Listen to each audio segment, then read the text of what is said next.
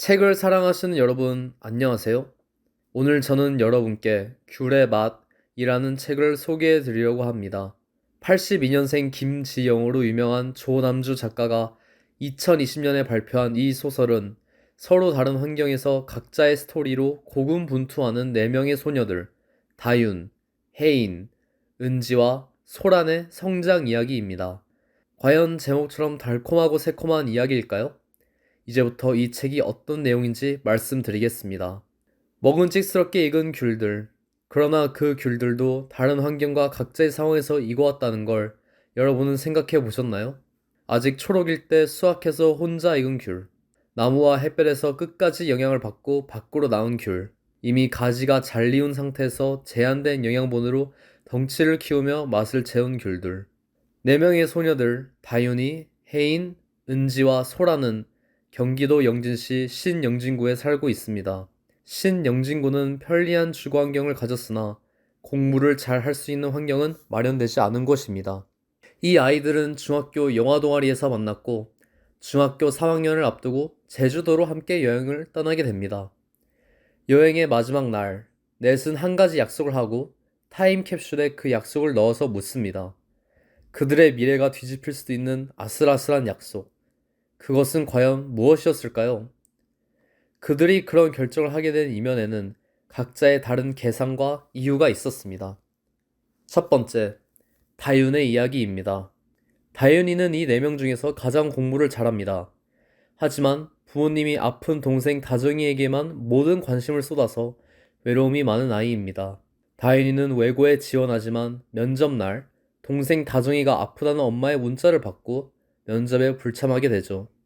하지만 그 문자는 엄마가 보낸 것이 아니라 외고 입학을 시기하는 누군가가 다인이의 면접을 방해하기 위해 보낸 것이라는 의혹이 생깁니다. 두 번째, 혜인의 이야기. 혜인은 아빠의 사업이 어려워지면서 넓은 아파트에서 비좁은 다세대 빌라로 이사를 오게 되었습니다. 계속되는 아빠와 엄마의 갈등, 철없는 동생. 혜인은 모든 것을 엄마의 탓으로 돌리는 아빠가 한없이 밉습니다. 혜인의 가족은 혜인이 유명한 자사고인 가람여고에 입학하는 걸 가족의 목표로 삼고 서울의 이모집으로 주소를 이전하지만 그것이 들통나서 혜인이는 자사고 입학을 포기하게 됩니다. 그러나 혜인은 아빠가 그렇게 원했던 그 소원을 이루지 못하게 된 것이 내심 후련하기만 합니다. 다음은 은지의 이야기입니다. 은지는 부모님의 이혼으로 외할머니와 엄마와 함께 살고 있습니다. 은지는 초등학교 때 친한 친구 하은에게서 따돌림과 괴롭힘을 당하고 문이 잠긴 옥상에서 기절을 한 상태로 발견되었습니다. 은지의 엄마는 학폭을 열고 하은이의 사과를 받았지만 이 사건으로 6학년 때 은지는 경인지로 이사를 오게 됩니다.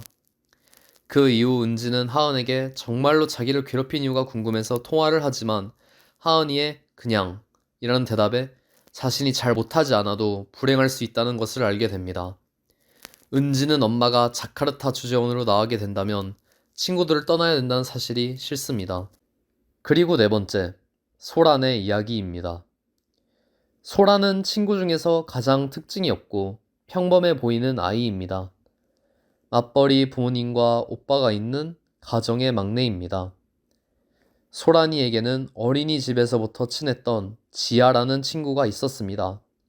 지아는 서울로 이사를 한 후 숨막히는 학원 스케줄 속에서 수학 올림피아드를 준비하다가 그만 말을 잃게 되었다고 합니다. 그 이후 지아는 한국을 떠나 시드니에 정착했다는 이야기를 지아가 아닌 지아의 엄마를 통해서 전해 듣게 됩니다.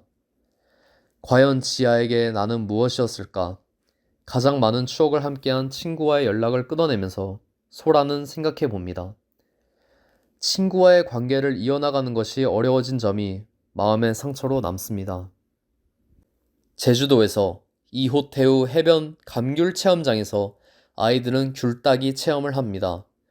귤 따는 방법도 먹는 모습도 다 제각각인 것처럼 각자의 상황이 모두 달랐습니다. 이 아이들이 마지막 날 한 약속은 누구도 가고 싶어 하지 않는 신영진고에 함께 가자는 것이었습니다. 절박하고 뒤틀리고 아슬아슬한 충동적이기도 한 진심이기도 한 약속. 각자의 속 사정은 무엇이었을까요? 다혜는 특목고에 대한 확신도 없었고 또 가족들에게 상처를 주기는 싫었습니다. 혜인은 자사고에 가는 걸로 경제적 부담을 주기 싫었고 아빠의 소원을 들어주기 싫었습니다. 은지는 엄마를 실망시키고 싶지 않았고 친구들 또한 잃고 싶지 않았습니다. 소란이는 특별한 계획이 없었고 그냥 친구들이 좋았을 뿐이었습니다. 누구도 혼란과 불안함 없이는 성장할 수는 없을 것입니다.